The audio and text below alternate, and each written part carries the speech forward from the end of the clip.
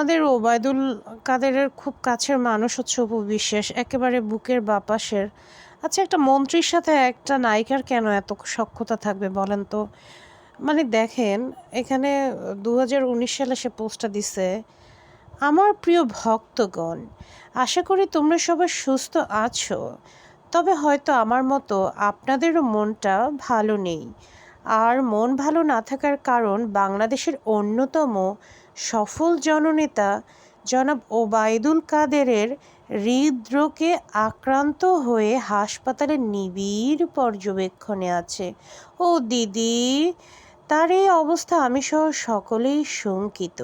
তার সামান্যতম অনুপস্থিতি আমাদের অনেকের ক্ষতির কারণ হয়। তিনি যেমন সফলভাবে তার মন্ত্রিত্ব পালনের মাধ্যমে দেশকে এগিয়ে নিয়ে যাচ্ছেন, তেমনি প্রধানমন্ত্রী দেশনেত্রী শেখ হাসিনার সহযাত্রী হিসেবে আমাদের তথা পুরো দেশবাসীর কল্যাণ করে যাচ্ছেন। আমি জানি শিওর এই লেখা উপবিশ্বাস জীবনেও লিখতে পারবে না, সে তো দেখেনি কীরকম ভুলভাল লেখে। তিনি যেন দেশের মানুষের আরও কল্যাণে বহু বছর আমাদের মাঝে থাকতে পারেন সে প্রার্থনা করছে। ওহো উপবিশ্বাস দিদি, আর আশা করি আপনারা সকলেই জননেতা জনাব ওবায়দুল কাদেরের মন্ত্রী মহোদয়ের সুস্থতার জন্য সৃষ্টিকর্তার নিকট প্রার্থনা করবেন। ধন্যবাদ। ও দিদি, ওবায়দুল কাদের কাকা এখন কোথায় আছে দিদি, আপনি জানেন?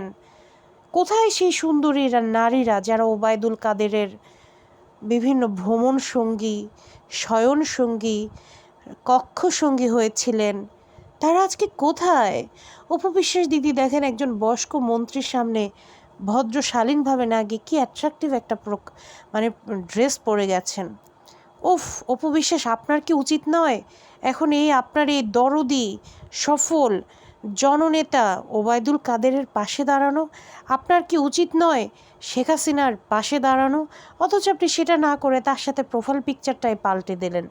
দেখেন, আপনি যে প্রোফাইল পিকচারটা পাল্টাইছেন সেখানে হাহা রিয়েক্ট আর হাহা রিয়েক্ট। আর সেখানে দেখেন আপনারা সবাই কি কমেন্ট করতেছে খালি, আহারে সুবিধাবাদী, হাসিনার পিক কই, সময় মতো পোল্টি আপা, শেখ হাসিনা আপনার সাথে ছবিটা কই? কি আর কইতাম রে খালাম্মা, প্লিজ খালাম্মা একটু ওবায়দুল কাদেরের খোঁজ নেন খালাম্মা, প্লিজ।